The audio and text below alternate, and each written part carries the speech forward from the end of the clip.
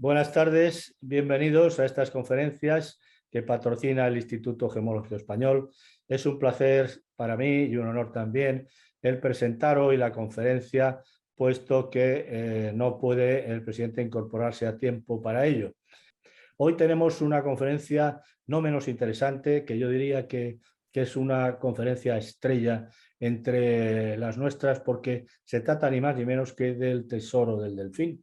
Tesoro del Delfín, que como saben está depositado en su mayoría en el Museo del Prado. Y para hablarnos del Tesoro del Delfín y sus entresijos, tenemos ni más ni menos que a Sonia Tortajada, que es una experta en este tema y es, además de esto, es licenciada en Bellas Artes con una especialidad en la restauración de escultura y diplomada en el programa de doctorado de Conservación y Restauración del Patrimonio Artístico por la Universidad Complutense. Diplomada también en Conservación y Restauración de Pintura en la Escuela Superior de Conservación y Restauración de Madrid. Tiene otros muchos hitos en su currículum, pero yo creo que lo más interesante es que la escuchemos sobre este tema tan especial, tan bonito por otra parte, que creo que les va a encantar a todos ustedes, y así no la quito más tiempo. Muy bien, muchas gracias por la presentación. Y bueno, pues sin más dilación voy a compartir pantalla allí. Este va a ser un inicio un poco diferente de una conferencia, porque me van a permitir que durante el primer minuto largo de conferencia no les voy a decir absolutamente nada y les invito a que miren estas imágenes. Si es que pasan. A ver. Ahora.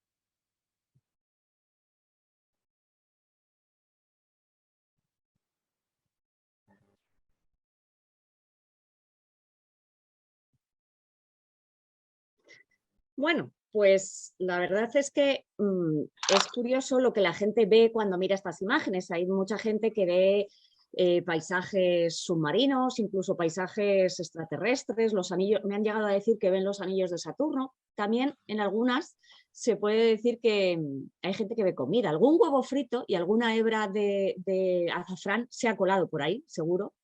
Pero en realidad todo lo que hemos visto, todo lo que les he enseñado son piedras. Y son piedras que están presentes en los objetos del Tesoro del Delfín. En todas las imágenes había un pequeño número de catálogo que corresponde al número de catálogo de la pieza a la que pertenecen y están hechas a 50 aumentos con un videomicroscopio. Entonces, yo lo de los que les voy a hablar esta noche es del proyecto que llevamos a cabo para la nueva catalogación del Tesoro del Delfín. Tesoro del Delfín, la verdad es que es una colección que lleva en España desde 1712 en realidad, pero ingresa en el Museo del Prado en 1839 y desde entonces ha estado allí expuesta. y ha estado expuesto de muchas maneras. En los años 80 se hizo la última remodelación de la museografía y el tesoro se exponía en una sala, que no sé si la recuerdan ustedes, que estaba en el sótano del museo, que la entrada tenía una puerta como de caja fuerte y con estas vitrinas que pueden ver aquí. Pues estas vitrinas, la verdad es que en los años 80 eran lo más de lo más. Pero en el 2015 la verdad es que se planteó un proyecto de renovación integral desde todos los aspectos, desde los aspectos históricos, artísticos, científico-técnicos, en cuanto a catalogación de materiales, porque es verdad que la museografía se había quedado un poco obsoleta y la museología también. De hecho, el criterio expositivo principal eran los colores, es decir, agruparlos por materiales. Entonces, una de las vertientes de este trabajo coral y global fue precisamente revisar íntegramente el conjunto, que son 144 piezas y que están todas en el Museo del Prado, y con especial hincapié en, a mí me tocó la identificación de los materiales pétreos para su correcta catalogación. Y esto era algo que, bueno, éramos conscientes, ¿no?, de que pasaba, pero les incluyo aquí una nota que nos dejó un visitante muy proactivo, que yo les invito a ser proactivos de manera positiva, no como lo que está pasando últimamente. Y entonces es muy gracioso porque les copio la nota textual y dice que ha venido un señor que se identifica como gemólogo y que ha hecho unas apreciaciones sobre que la nomenclatura que estábamos utilizando en los textos de sala, en las cartelas, en toda la información que dábamos, pues que era anticuada y que estábamos utilizando términos y conceptos inadecuados. Entonces, bueno, es muy gracioso porque hace referencia a, aparte es que él insistió en que la vigilante de sala escribiera todo esto para que nos llegara. Y es del 2015 la nota y es justo además cuando empezamos, pero bueno, eso fue una coincidencia. De hecho, habla de dos conceptos que él piensa que son inadecuados, que es las piedras duras, que dice que nos deberíamos de referir a ellas como piedras ornamentales, y, por ejemplo, habla del cristal de roca de una manera que dice que utiliza un término mucho más técnico que la vigilante de sala no supo precisar. Bueno, pues vamos a revisar un poco todo esto que tanto le llamó la atención y le molestaba a nuestro visitante gemólogo. Hombre, lo primero que hay que decir es que esta colección es una colección artística, no es una colección mineralógica ni gemológica. Entonces, en la historia del arte, el concepto de piedras duras es diferente a como se puede ver desde el mundo estrictamente científico. Si nos atenemos a la ciencia, las piedras duras son aquellas que tienen una dureza superior a 7 en la escala de Mohs. Y sin embargo, a ver, para ponerles un ejemplo, el lapislázuli, que es esta piedra de aquí, que es una piedra de un color azul intenso, se utiliza un montón como piedra ornamental, pues es una roca que está compuesta por diferentes minerales, bueno, pues tiene una dureza de 5. Entonces, en realidad, el lapislázuli no, digamos que no cumpliría el requisito. La escala de Mohs va desde el 1 al 10, siendo el 1 el elemento más blando, el talco, y siendo el 10 el más duro, que sería el diamante. Si consideramos que las piedras duras son de 7 en adelante, la mitad de las que estamos viendo en pantalla, por ejemplo, no cumplirían con ese requisito. ¿Por qué? Porque desde el punto de vista de historia del arte, el término piedras duras se refiere a una técnica de hacer mosaicos con piedras ornamentales que sean de colores vivos y que sobre todo que permitan el pulimento, que de hecho es una traducción del término italiano pietre dure, y de hecho en el museo tenemos, la verdad, una colección de tableros de este tipo de arte excepcional. En cuanto al cristal de roca y el cuarzo hialino, ese término que la vigilante de sala no nos supo reproducir, bueno, pues todos sabemos que el cuarzo hialino es un cuarzo macrocristalino que muy puro, que es muy incoloro y muy transparente. Entonces, es verdad que técnicamente su nombre correcto es cuarzo hialino, pero tradicionalmente y en la historia del arte se le conoce como cristal de roca. Y de hecho recibe su nombre, esto... ¿Qué es lo que pasa? Y esto es lo que empezamos a ver enseguida cuando empezamos a trabajar con la catalogación de los materiales. El hombre, desde que es hombre y hasta la Tierra, ha usado las piedras y o sea, ha utilizado estos materiales para diferentes cosas y, claro, les ha ido dando nombres. Y según ha ido pasando el tiempo, de hecho, esos nombres han ido cambiando. A veces hacen referencia a las características más notorias de las piezas o pueden hacer referencia a leyendas o hasta incluso a cualidades que el ser humano le otorga a las piedras y que en realidad no tienen, que carece de cualquier tipo de fundamento científico, ¿no? De cualidades propiciatorias o cualidades incluso curativas. Bueno, este es el caso del cristal de roca. Su nombre viene de una leyenda que tiene que ver con su génesis. Entonces, bueno, los antiguos griegos, que ya utilizaban este tipo de piedra, creían que el cuarzo hialino era hielo perpetuo, era agua congelada por los dioses que de manera permanente, es decir, era un hielo que jamás se iba a fundir y era la sustancia, por eso era la sustancia, para lo que ellos pensaban que era la más cristalina, en realidad la más transparente que se podía encontrar en la naturaleza. Ojo, el cristal de roca es maravilloso, pero no hay que confundirlo, tenemos una colección muy grande y nos pasa mucho que los visitantes cuando ven este tipo de piezas piensan, ah, claro, cristal, es cristal, cristal pensando en vidrio. Ojo, no hay que confundir este término, cristal de roca, cuarzo hialino, con lo que coloquialmente conocemos como vidrio, que el vidrio es algo que ha fabricado el hombre, es algo que se funde y luego o bien se sopla, o bien se pone en un molde, o bien se aplana en un rodillo. Esto en realidad es una piedra, señores. Entonces vean esta jarra que les pongo aquí. Esta jarra está hecha de una piedra, y aparte imagínense el tamaño, y luego además está completamente excavada. O sea, técnicamente son unas piezas maravillosas, porque el grosor de la pared de la jarra es mínimo, son unos milímetros. Y toda la decoración es tallada, todavía no se trabajaba, o sea, como es una piedra, pues bueno, no se trabaja el ácido. Pueden ver en el detalle del asa que tiene imperfecciones, claro, porque la piedra es un material heterogéneo y el cristal de roca tiene una peculiaridad que tiene inclusiones, muchas veces puede tener inclusiones de otros minerales y tiene unas inclusiones muy curiosas que aparecen como pompitas, por eso a veces la gente piensa que es vidrio soplado y no lo es. Y porque lo que les digo es una piedra, no confundir el vidrio con el cristal de roca. De hecho, estas fotos son del Museo Histórico Minero que está en la Escuela de Minas y ellos mismos también llegan a un compromiso a la hora de poner la cartela. A ver, este es un museo que se dedica a exponer especímenes minerales.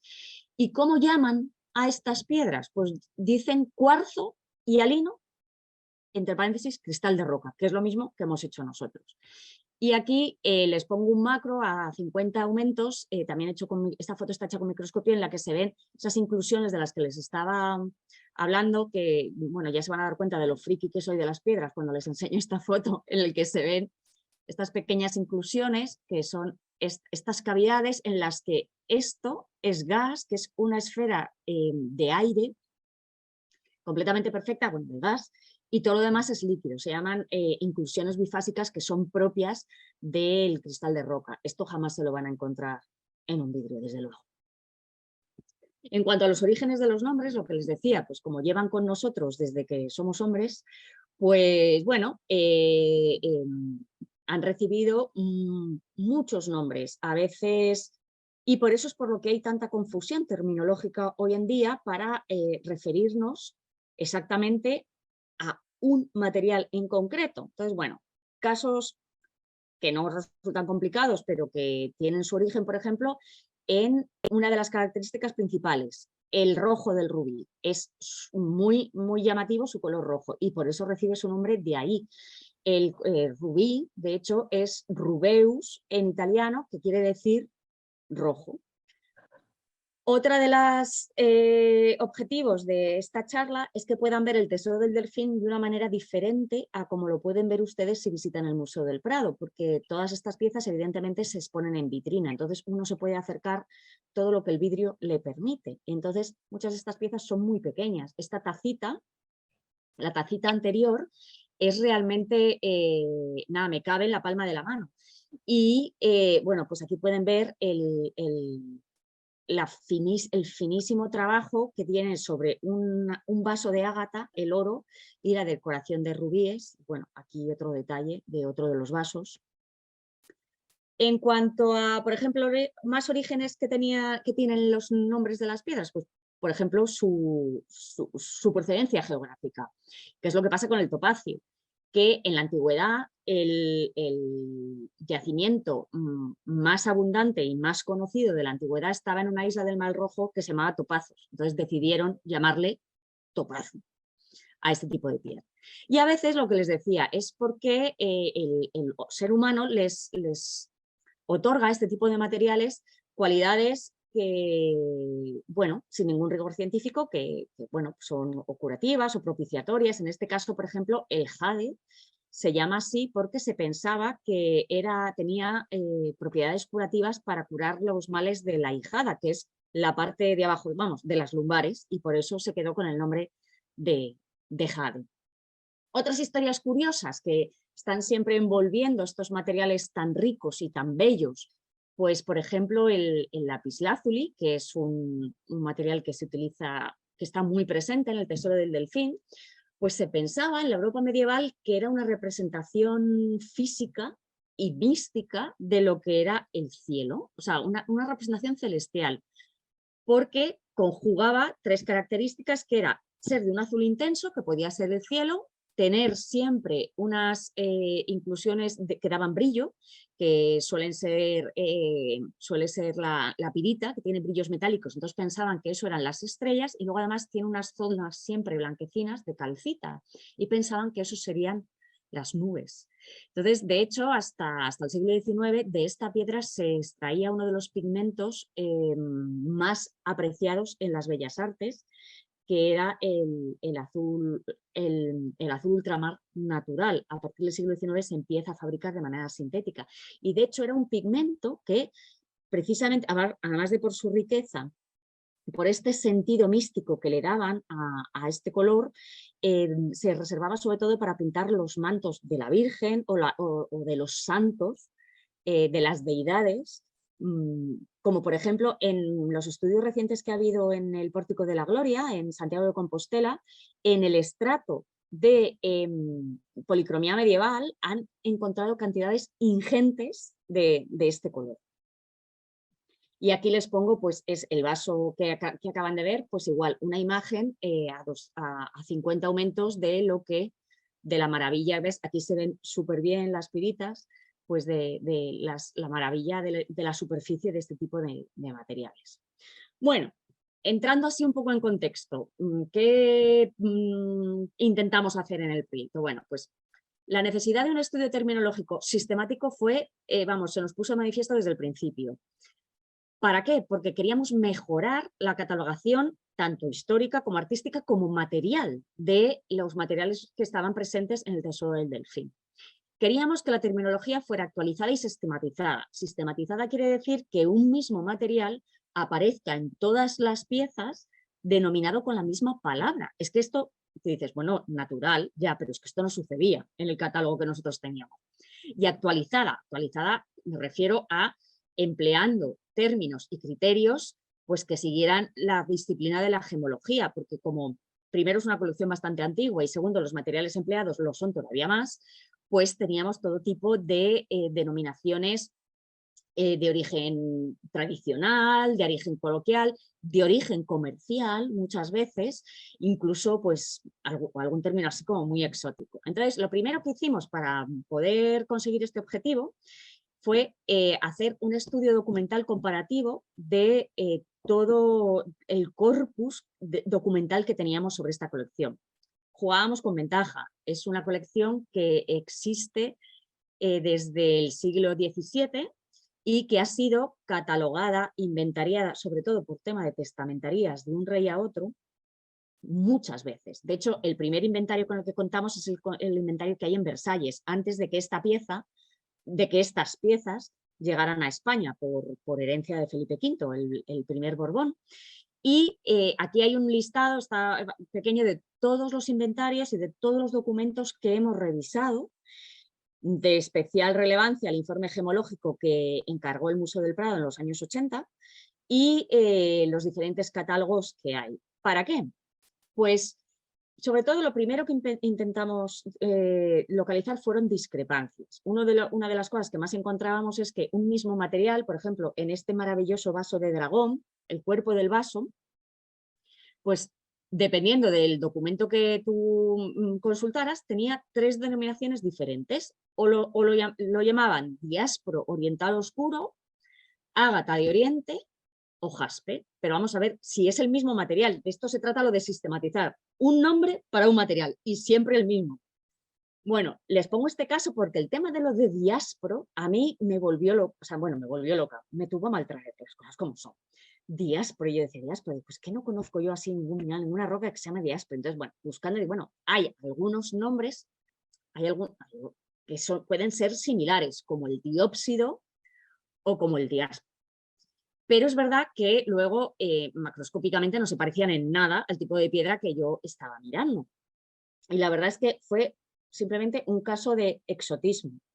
Utilizaban, y aparte este no era el único caso, teníamos todas estas piezas en las que aparecía la palabra diásporo en el título, y resulta que para hacerlo quizá más atractivo comercialmente, pues habían utilizado diásporo, significa jaspe en italiano, y les debió de parecer bastante más atractivo utilizar un término italiano en lugar de un término castellano en el título de estas obras, pero al final eran de jaspe. El apelativo oriental, que también sale 2 veces en el vaso del dragón, el apelativo oriental les encantaba. Era una cosa, porque claro, en lugar de decir ágata de Alemania, porque hay una ágata muy bonita, que es rosa y lila, que van a ver ustedes ejemplos, pues igual ágata alemana no vendía mucho, pero si le ponemos ágata oriental, pues hombre, digamos que revestimos, sobre todo comercialmente, para darle un valor añadido y exótico a esa pieza que queremos vender. Pero muchas veces, la gran mayoría, carece de cualquier rigor científico y no se refiere para nada al origen real de este material. Tras hacer la revisión documental de todos esos inventarios y de las 144 piezas, pasamos a hacer lo que en gemología y en geología se llama la inspección de visu, que es la inspección ocular. Es decir, teníamos la suerte de tener acceso a las 144 piezas. Y se trataba de ver, bueno, ya sé lo que pone por escrito, pero muchas veces lo que pone por escrito no se corresponde a lo que ves en realidad. Entonces, había que comparar la pieza real con la documentación.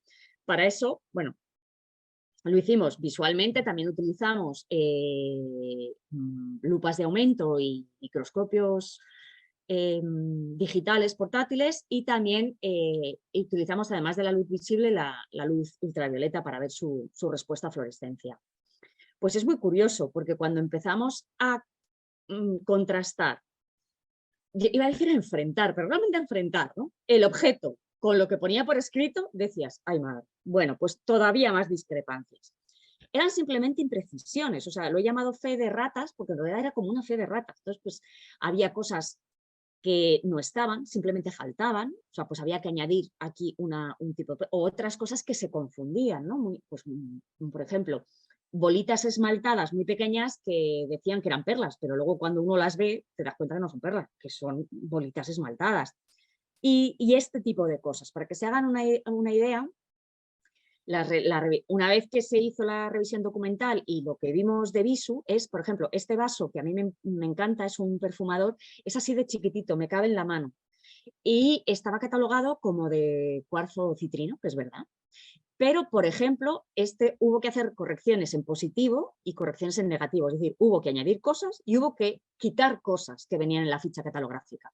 Pues, por ejemplo, nadie había reparado en que la piececita de remate de arriba, que en realidad es una pieza de ajedrez reutilizada, porque estos materiales eran valiosos y se reutilizaban y reciclaban, eso que está ahora tan de moda, y en realidad el remate, ese remate chiquitito, era de cuarzo ahumado, cosa que no aparecía en ninguno de los documentos. Y luego, por ejemplo, sí que en varios inventarios aparecía que la guarnición de oro era de oro, rubíes y diamantes. Por supuesto, yo sé que aquí no lo tengo que explicar, pero diamantes, no brillantes. La gema es el diamante, el brillante es una de las formas de tallar. Y en realidad tiene una muy elegante y muy bonita guarnición de oro con esmalte negro y nunca ha tenido piedras, porque sí que es verdad que desafortunadamente esta colección ha sufrido algunos robos totales y parciales, y no es el caso de que tú veas que han arrancado una piedra y se ve ahí el engaste, no, sino que simplemente era una apreciación que se ha ido copiando de un inventario a otro y se ha ido arrastrando ese error. ¿Esto por qué sucedía? Bueno, nosotros pensamos que estas piezas no son grandes en tamaño. Por ejemplo, aquí les pongo este ejemplo de esta copa barquillada y que está coronada con un dragón al que monta un pequeño cupido. El cupido tiene unos milímetros. Bueno, pues resulta que el cupido en la espalda tiene un carcaj o una aljaba donde se guardan las flechas, que es pues diminuto, imagínense ustedes, y está justo decorado con diamantes. Y los diamantes no aparecían en ningún inventario. Bueno, sabemos y nos consta que muchos de los investigadores ya que trabajaron con esta colección del siglo XX no se les concedió acceso total y pormenorizado a cada una de las piezas, sino que muchas veces tenían que analizar estas piezas a través de la vitrina de exposición. Entonces, claro, este tipo de detalles es que es normal que se te escapen, como por ejemplo los ojos del dragón, que este tipo de macros que les pongo es para lo que les digo, ¿no? Mostrarles el tesoro del delfín de una manera diferente a como ustedes la pueden ver en sala si van a visitarla. Entonces, imagínense, bueno, este delfín es así, es oro esmaltado y los ojos son de esmalte, pero estaban catalogados como rubíes. Pues esto mide, o sea, es que esos ojos miden 1 milímetro. Encima están en la parte de abajo de la taza, que además recibe justo la sombra de la iluminación. Entonces, claro, para los que observaban estas piezas era muy difícil poder llegar a ver si eso era un rubí o no lo era.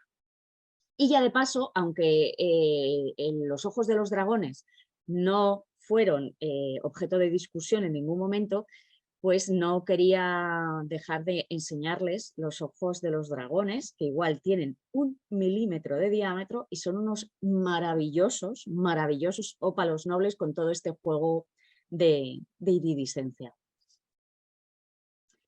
Bueno, pues cosas que no lo eran. Esto era lo más habitual, ¿eh? Cosas que no lo eran. Pues esto estaba catalogado como cabezas de delfín de turquesas, que aparecen mucho en el tesoro, pero no, era oro esmaltado. Sí, lo de pintar el oro les encantaba. Y luego también en algunos casos utilizamos, además de la luz visible, la luz ultravioleta, porque algunas gemas, solo algunas, desgraciadamente, pues tienen una respuesta bastante acusada bajo este tipo de luz. Entonces, un ejemplo es, por ejemplo, el rubí. Si ustedes ven esa tacita tan preciosa de ágata que les había enseñado antes, a la luz visible tú ves que todo el ribete está hecho de rubíes a cabujón. Sin embargo, bajo la luz ultravioleta, que es muy chivata, resulta que justo el rubí que está en el centro, pues no es un rubí, porque el rubí tiene una respuesta a la luz ultravioleta que es, para describirlo, es como si se encendiera desde dentro, es como si fuera un semáforo, o sea, de repente la piedra cobra vida y se enciende desde dentro. Si es un rubí verdadero, si es otra cosa, sobre todo si es un vidrio de reposición, porque ese rubí se cayó hace tiempo y le han puesto un cristalito rojo, pues nos da este tipo de respuestas. Desafortunadamente, la respuesta a la luz ultravioleta pues, no es tan determinante en todas las gemas. Algunas no tienen respuesta y otras, por ejemplo, como los diamantes, tienen una respuesta muy variada, desde la ausencia total de fluorescencia a colores de fluorescencia que van del amarillo al verde, al azul. Esta la verdad es que es la única fotografía, la única imagen que les pongo de una colección que no es nuestra, está en el Museo de Ciencias Naturales de Londres y se puede ver la colección en luz visible y la misma colección en luz ultravioleta. Y bueno, pues en este caso para los diamantes no es una técnica determinante. Bueno, como tercer paso, a ver, hemos hecho una revisión documental, hemos hecho una inspección visual de toda la colección y claro, resolvimos muchas dudas, resolvimos muchas imprecisiones, muchas incorrecciones, pero había piedras que todavía no sabíamos lo que eran y no sabíamos ponerles nombre. Entonces había que dar un paso más. Si ya has hecho el trabajo documental y has hecho el trabajo visual, pues lo más lógico sería hacer una aproximación analítica. Es decir, en todos aquellos casos en los que todavía tengo dudas, vamos a hacer un estudio científico basado en todas esas técnicas que tiene la gemología para determinar qué es qué. Claro, ¿qué es lo que pasa? Esta colección tiene un problema grave, que es que, primero, las gemas no se pueden ni desengarzar ni desmontar, no se pueden tomar muestras. Entonces estábamos, y luego además son piezas que no se pueden trasladar y que no se pueden manipular para girarlas, para ponerles justo en el analizador, no, porque son súper frágiles. Entonces, las alternativas que tomamos fueron, pues, utilizamos el análisis químico por fluorescencia de rayos X. En una obra hemos podido hacer un Raman y, pues, señores, mire, cuando ya llega un momento que tienes unas cuestiones que tú, con lo que sabes y con lo que tienes en la mano, no puedes solucionar, pues pide ayuda al exterior. Entonces, es verdad que contamos con la ayuda desinteresada de dos especialistas del ICME, el doctor Lozano y el señor Baeza, que nos prestaron su tiempo y sus conocimientos de manera desinteresada y nos resolvieron muchas dudas. ¿Y por qué es necesario a veces hacer este estudio analítico y no nos vale con la documentación y con el visu? Pues porque la naturaleza es caprichosa. Si, por ejemplo, yo les enseño esta foto y no tiene cartela, esto de hecho es igual, es un espécimen que está en el Museo Histórico Minero, pues uno diría, bueno, vale, son todo la misma talla, es una gema tallada de la misma manera, pues bueno, los transparentes serían diamantes, según nos vamos moviendo hacia los amarillos, el color jerez serían topacios, los rojos granates nos movemos, serían rubíes, y toda la gama de verdes pues podrían ser perfectamente esmeraldas. Bueno, pues les voy a enseñar esta colección, pero con la cartela puesta. Pues resulta que ni una cosa ni la otra, todo lo que son estas piedras son granates, porque los granates son, bueno, son unas gemas que tienen una composición química bastante compleja y que son capaces de mostrarse en la naturaleza en todos estos tonos, lo cual pues te puede confundir ampliamente, vamos. Entonces, utilizamos la fluorescencia de rayos X, que es verdad que no es una técnica que se utiliza normalmente en gemología, pero es una técnica que te permite, sin tomar muestra, por contacto con el cabezal del analizador que ven ahí, y lo que te da es un análisis elemental. Tiene un pero, que es que los elementos más ligeros no los ve. Pero hemos empleado esta técnica en aquellas gemas que tienen un elemento que normalmente suele ser metálico como impureza, que es distintivo y nos ayuda a distinguir unas de otras. Entonces, pues, por ejemplo, pues ¿por qué? Pues porque la naturaleza le gusta jugar con nosotros. Entonces, por ejemplo, aunque esto no nos cuesta distinguirlos, pero por ejemplo el rubí y el zafiro son el mismo mineral. O sea, química es corindón, los dos son óxido de aluminio y tan solo se diferencian en una impureza que es lo que además les confiere el color. Entonces, por ejemplo, este tipo de elementos como el hierro, el titanio o el cromo son muy visibles, son muy fáciles de ver con esta técnica de XRF. Porque las fotos que pueden ver a la derecha pues son las vitrinas en las que toda esa fila de gemas son zafiros y toda la fila esta son rubíes. ¿Qué piedras se pueden confundir con el rubí? Pues sobre todo las espinelas o los rubíes balajes, que también se llamaban, y bueno, algunas.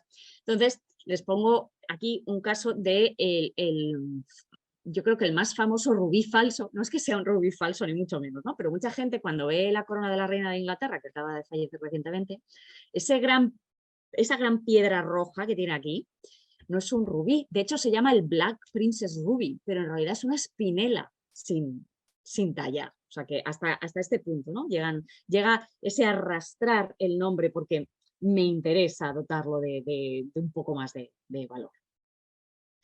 Nosotros tenemos granates, tenemos piedras rojas en el ¿cómo se llama? En el tesoro. Han visto varias piezas que tienen rubíes, también tenemos granates en forma de camafeos. Zafiros solo tenemos uno, fíjense, en este maravilloso vaso alemán con el caracol, solo tenemos un zafiro, que es este. Y, por ejemplo, También hemos utilizado el XRF para el tema de las esmeraldas y las aguamarinas, que entre sí no se confunden demasiado, pero sí que se pueden confundir con otras piedras verdes. Pasa lo mismo.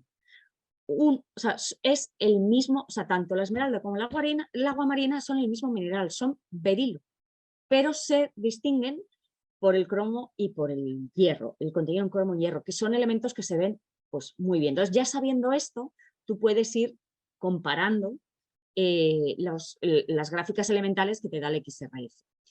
Aquí pueden ver un detalle dentro de lo que es mostrarles el tesoro de otra manera de este maravilloso vaso de cuarzo ahumado con esta guarnición de esmeraldas en caujón sobre esa fantástica cama de esmaltes.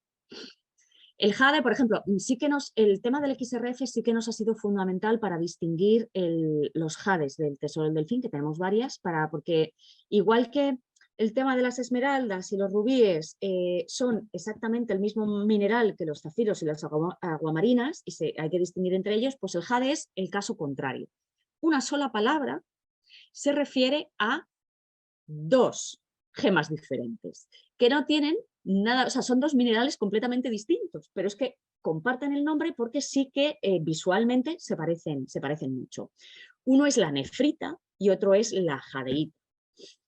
Entonces, si uno sabe la composición que tiene la jadeíta y sabe la composición que tiene la nefrita en cuanto a estos elementos que son fáciles de ver con XRF, pues son fáciles de saber. Entonces, por ejemplo, aquí les pongo este maravilloso vaso de jade con flores, que es un vaso con flores que en la zona del asa tiene este pequeño animalillo que surge de las flores para beber de ese vaso. Es un detalle que apenas se puede ver en la vitrina. Y bueno, lo que descubrimos y que tenía sentido además históricamente es que todos los jades del tesoro del delfín son jade nefrita, excepto dos objetos, que fueron afortunadamente el que pudimos analizar mediante espectroscopía de Raman, porque ese vasito chiquitito que ven ustedes ahí con la cabeza de medusa dorada tenía una tapita tan pequeña que cabía en el analizador que tenía el Museo de Ciencias Naturales, porque claro, otra de las limitaciones es qué técnicas analíticas tenemos nosotros, porque estas obras no se pueden trasladar, el seguro de traslado es astronómico. Entonces, bueno, trasladar la tapa resultó bastante fácil y el doctor García Guinea la verdad es que nos hizo el favor y resultó ser un tipo de jade muy especial, de jadeíta, que se llama onfacita, y tenemos dos obras de este material. El grupo de las gemas del cuarzo, pues la verdad es que fue un poco pesadilla, pero a ver, pesadilla. Todos los autores que se dedican a esto, pues en el Victorian Albert, museos, incluso el Museo del IGME, pues es verdad que todos hacen especial hincapié en que este grupo es un poco más difícil de clasificar porque, primero, incluye dentro del término de las calcedonias, se incluyen muchas gemas, desde las ágatas, las carneroles, el parásito, el heliotropo, el sardo. Los que están puestos en verde son los que tienen la foto al lado. Por ejemplo, los más conocidos en cuanto a la calcedonia se utilizan mucho y muchas de estas piedras se utilizan mucho en glíptica para hacer camafeos. Este típico camafeo de color azul clarito y blanco es típico de calcedonia. Y el tema es que para poder distinguir claramente hasta dónde llega un grupo y hasta dónde llega el otro, pues hay que hacer observaciones microscópicas en cuanto a su cristalografía y su entrelazamiento, su forma, que son imposibles de realizar en una colección como esta, hacerlo de visu o con un microscopio que te llega a 50 aumentos. Necesitarías ya irte más bien a una difracción de rayos X o utilizar un microscopio electrónico. Entonces, claro, no había lugar, o sea, esto no era posible. Así que llegamos a una solución de compromiso. Decidimos catalogar como calcedonias aquellas piezas que tienen un aspecto de colores claros, con manchas nebulosas, que se ajustaban macroscópicamente a cómo se define una calcedonia, y utilizar el término ágata, por ejemplo, para aquellos cuarzos que tuvieran los colores muy definidos por bandas o por secciones con transiciones netas. Por ejemplo, aquí ven a la izquierda los especímenes que se muestran en el Museo Histórico, la calcedonia, que es ese azul clarito así en plan nubes, y luego tenemos, por ejemplo, a la derecha, la famosa ágata alemana, que tiene estos colores tan bonitos. No está teñida, es así natural, de rosa y colores lila. Lo van a ver mejor si les enseño las piezas. Pues, por ejemplo, en esta taza pueden ver a 50 aumentos a lo que me refiero con esas manchas claras, nebulosas, translúcidas, muy delicadas. Esto sería una calcedón. A esto hemos decidido llamarlo calcedón, cuarzo calcedón. Y sin embargo, este tipo de cuarzos que tienen unos colores muy delimitados, en este caso por bandas, por ejemplo, pues serían ágatas. O este tipo, se ve hasta incluso aquí al hacer un macro con la luz transmitida, estas dos fotos son de la parte de abajo que tienen unas manchas amarillentas, se puede ver hasta incluso la estructura fibrosa, ¿no?, de la que hablamos. El jaspe, pues el jaspe también ha sido otra gema con la que hemos tenido que tomar una decisión, ¿no?, de por dónde tirar a la hora de ponerle nombre. Porque de hecho hoy en día todavía hay autores que defienden que el jaspe es una subdivisión dentro de las calcedonias y hay otros autores que lo consideran un grupo propio independiente. Bueno, su distinción se basa en que, igual pues las ágatas, por ejemplo, son más fibrosas y sin embargo el jaspe es más granular, es marcadamente granular, pero lo mismo. Para verlo necesitas unas técnicas que nosotros no hemos podido aplicar en el Tesoro del Delfín. Entonces, bueno, nosotros hemos considerado el jaspe como un grupo propio y igual hemos adjudicado esa terminología a las piezas que macroscópicamente se ajustan a lo que es la descripción de un jaspe. Sí que es verdad que como en las ágatas, bueno, como en realidad como en las ágatas y como en todas las gemas, hemos prescindido de los adjetivos subjetivos, porque, por ejemplo, hay gente que cuando hay manchas así en plan, que sean así redondeadas y tal, pues hay gente que dice orbiculares o amigdaloides o circulares. Entonces, hemos intentado prescindir de escribirlas y simplemente decir, pues jaspe y ya está, o ágata y ya está. Sí que es verdad que hemos incluido el adjetivo agatizado, porque muchos de los jaspes tienen zonas de zonales de crecimiento de ágatas que aparte son translúcidas y nos parecía importante incluirlo.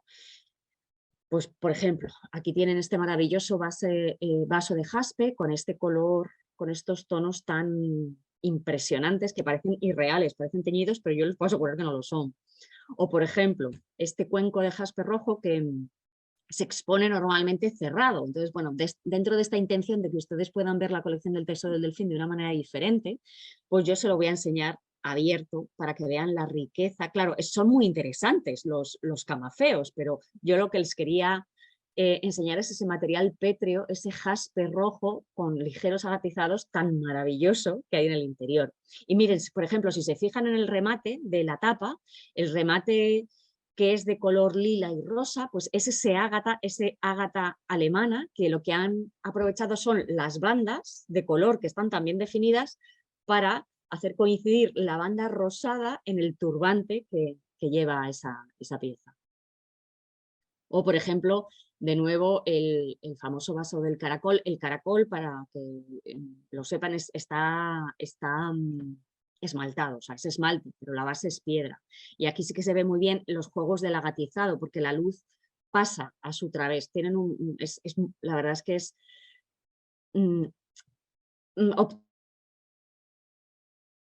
ópticamente muy interesante de ver este tipo de piezas cuando les atraviesa la luz. Bueno, pues como resultado, lo que hemos conseguido con este trabajo es hacer una revisión integral de la colección. De hecho, se le buscó un emplazamiento nuevo. El Tesoro del Delfín ya no se expone en el sótano, sino que hemos pasado de la mazmorra a la Torre de la Princesa. La verdad es que ahora se expone en la Torre Norte, que está en la segunda planta, y se ha hecho una vitrina continua para exponer toda la colección con un criterio museológico que tiene que ver con la cronología y con las escuelas, no ya con los colores, como estaba puesto antes, y que sí que tiene unas vitrinas independientes en las que se muestran algunas de las obras maestras. Lo malo de este tipo de esta museografía es que, como ustedes pueden ver, las piezas se ven solo a través de un cristal en una vitrina y se ven tienen un solo punto de vista. Pero sin embargo sí que hemos dotado la sala con contenidos infográficos que ustedes pueden ver todas las 144 piezas que se han reunido todas. Teníamos algunas depositadas en otros museos y las hemos reunido para este proyecto, para exponer todo el Tesoro del Delfín español al completo, y entonces se puede girar digitalmente y podemos ver las obras en 360 grados pues, para ver cualquier tipo de detalle. ¿Qué es lo que hemos hecho en cuanto a la terminología? Pues primero, conseguir que sea sistemática. Un material va a aparecer siempre reflejado de la misma manera. Sí que hemos intentado consensuar los términos científicos con los términos históricos. No hay que olvidar que en realidad esto es una colección artística y que la gente que va a trabajar con esta colección son sobre todo historiadores y historiadores del arte. Es decir, que no es gente que tenga una educación científica, me refiero desde el punto de vista de la geología o la gemología. Entonces, sí que hemos intentado conjugar esos dos intereses históricos, artísticos, pero también científicos y técnicos. Y la sala se inauguró en 2018, está abierta con carácter permanente y yo la verdad es que les invito a visitarla cuando tengan un momento. Por mi parte nada más, muchas gracias y dejamos los últimos minutos por si alguien quiere hacer preguntas. Hola, buenas tardes. Hola. Sí, hola, buenas tardes, te oigo perfectamente. ¿Me oyes? Menos mal, Sí. que el otro día no podía hablar. Vamos a ver, mira, enhorabuena por la conferencia, porque de verdad es otra manera de mirar el museo, el Tesoro del Delfín. Yo he ido a verlo cuando estaba en el sótano, atravesando esa cámara acorazada que tú dices, con esa puerta, y qué diferencia. Bueno, estoy deseando volver para verlo ahora mismo con la explicación que nos has dado. Es que es un lujazo como lo hemos puesto. Madre mía, qué explicación de cada una de las piezas, los esmaltes, los jaspes, la terminología, qué bien nos lo has estado explicando y qué interesante, realmente muy interesante. Bueno, han quedado piezas ahí, los pinjantes con el tritón, las perlas, quedan muchas piezas porque claro, es muy poquito tiempo y hay cosas que tampoco se pueden definir en tan poco tiempo, pero realmente cada uno de los vasos, cómo nos los has enseñado por dentro, de verdad mil gracias, porque yo que soy una fan del Tesoro del Delfín, es que no he oído una explicación así tan interesante de los cuencos cuando he ido a visitarlo. He ido 2 veces a verlo a la cámara abajo y realmente pues los vasos, todo lo que era en ese cristal de roca, cuarzo y alino, entre comillas, que tú nos has explicado. Claro, sin esta manera de mirar las cosas tan especial desde el punto de vista gemológico e histórico, es que no es lo mismo. Entonces, lo que nos estás diciendo de poder ver una pieza a 360 grados, bueno, yo de verdad es que esto es realmente para ir este fin de semana, ya estoy allí a mirar las piezas con toda tu explicación. Muchísimas gracias de corazón, porque vaya, chapo, vaya conferencia más interesante, Sonia. Me Muchas alegro. gracias. Me alegro que te haya gustado. Hombre, a mí me hubiese encantado poderos mostrar más piezas, porque ya te digo, hemos revisado las 144, pero claro, entonces no hay tiempo, ¿sabes? No hay No, tiempo. pues maravilloso. Muchísimas gracias. Bueno, pues por si no lo sabes, y para todos los que estáis escuchando, el Museo del Prado es gratis todos los días de 6 a 8. Eso hay mucha gente que no lo sabe. Todos los días tiene tramo gratuito, de lunes a domingo. Así que es verdad que en el tramo gratuito, si tenéis entre cejas y decir, venga, voy a ver solo el Tesoro del Delfín, de 6 a 8 os da tiempo. Pues muchas gracias también por la indicación. Bueno, espero que nos des otra conferencia dentro de poco, por favor, María. Nada, Gracias. y si no, amplío. En lugar de las obras que he enseñado, en otras 20 que no haya enseñado. Ya está. Ok, me apunto. Gracias, adiós. A ti. Hola, yo estoy en México, en Monterrey, Sí. te saludo. Estoy fascinada con la explicación que diste. Ya me quiero ir a Madrid a conocer esta exposición. Quisiera saber si va a quedar grabada o algo, porque verdaderamente para mí fue toda una clase que quiero volverla a repasar y entender. Y me gustó mucho cómo conjuntaste todos los conceptos en cuanto a que tomaste en cuenta al científico, al técnico, al historiador, al artista, como que, y que nos revelaste, ¿verdad?, cómo En algunos tiempos se mencionaban de alguna manera las piedras y que nos confundían a nosotros mismos. Yo no soy nada gemóloga, yo soy diseñadora de joyas y escultora y me encanta todo el tema de las piedras. Tengo ganas de ir a Madrid a aprender a tomar un curso o taller de gemología. Pero me gustó mucho entender que antes se mencionaban de una manera y que ahora lo están uniformando y yo creo que eso nos va a ayudar mucho también para en nuestro trabajo decir las cosas correctamente como deben de decirse. Sí, es que es Muchas verdad que gracias. la gemología es una disciplina, o sea, que se dedica precisamente de clasificar y de normalizar la terminología que tiene que ver con este tipo de materiales. Y es una disciplina que ha nacido un poco tardía, bueno, tardía, pues nace a finales del siglo XIX, entonces todavía cuesta porque todavía arrastramos muchos términos comerciales, muchos términos coloquiales. Y bueno, por tu primera pregunta, el IGE sí que graba estas conferencias y las cuelga en su página web. Y si no, también a través del Museo del Prado, a través de la página del Museo del Prado, hay bueno, pues puedes consultar esta colección, El Tesoro del Delfín, y hay un artículo escrito sobre este proyecto de investigación en el último boletín del Museo del Prado, que también está colgado online de manera gratuita a través de la página del museo. Ok, muchas gracias. Ha sido un placer escucharte, de verdad. Enhorabuena. Por supuesto, me sumo tanto a las palabras de Marian como de esta última señora que ha intervenido. Ha sido una conferencia magnífica, me ha encantado, de verdad. Y te lo digo como gemólogo y, en fin, como aficionado a todo esto y como verdaderamente admirador del Tesoro del Delfín, que es una verdadera belleza de colección que tenemos la fortuna de poseer aquí en España, en el Museo del Prado. Así que espero verte pronto en otra conferencia. Hasta la próxima vez. Buenas noches a todos. Adiós, Sonia.